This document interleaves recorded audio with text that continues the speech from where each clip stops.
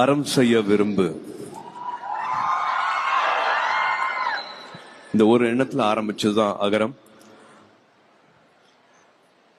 அத்தனை பேர் அத்தனை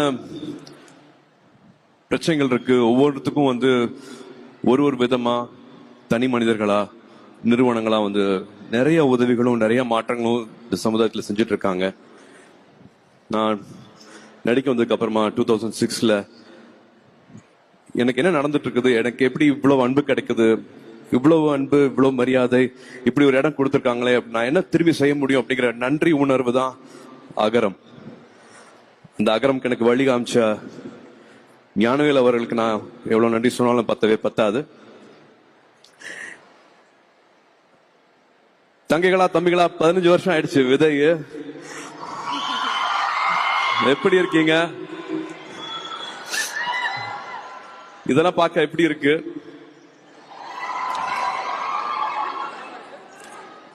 நிறைய கேள்விகள் கேட்டே இருந்தோம். அப்போ பேசிக்கா எல்லாருமே சொல்றது தானே, இருக்க இடம், உடுக்க உடை, உண்ண உணர்வு. அந்த உணவு, உடை, இடம் இதெல்லாமே அடிப்படை தேவைன்னா, அதே மாதிரி அடிப்படை தேவை கல்வி அப்படிங்கறத நாங்க புரிஞ்சுக்கிட்டோம். அந்த கல்வியை கொடுத்துட்டா மற்றது எல்லாமே அவங்களே செஞ்சுப்பாங்க அப்படிங்கறத அப்பவே உணர்ந்தோம். எப்படி இதை செய்ய போறோம், எப்படி இதை சரியா செய்ய போறோம் அப்படின்னு தேடிட்டு இருக்கும் போது கிராஸ் ரூட் லெவல்ல போய் நம்ம அதை கத்துக்கலாம், உண்மையா என்ன நிலவரம், என்ன நடந்துட்டு இருக்கு அப்படிங்கிற கத்துக்கலாம் அப்படிங்கறதுக்காக ஒரு பழங்குடி ஒரு பள்ளி, அரசு பள்ளிக்கு போய் நம்ம அதை தத்தெடுத்துட்டு உதவிகள் செஞ்சு என்னன்னு கத்துக்கலாம் அப்படின்னு போய் பார்த்தோம். அப்பதான் அங்க 6ஆவதுல இருந்து 12ஆவது படிக்கிற மாணவர்களோட குடும்ப சூழல், அவங்க வாழ்வாதார சூழல், அவங்க எந்த நிலைமையில இருந்து படிக்க வராங்க, எதனால பாதியிலே படிப்பை விடுறாங்க, என்னென்ன பிரச்சனைகள் அங்க நடக்குது அப்படிங்கறத நேரடியாக அங்கனால பார்க்க முடிஞ்சது.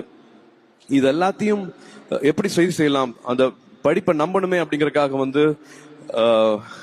ஹீரோவா ஜீரோவா அப்படின்னு ஒரு சின்ன ஒரு குறும்படம் எடுத்தோம். அதுல விஜய் அவர்கள் நடிச்சாரு, மாதவன் அவர்கள் நடிச்சாங்க, என்னோட ஜோ நடிச்சது, நாங்க 4 பேர் சேர்ந்து நடிச்சது.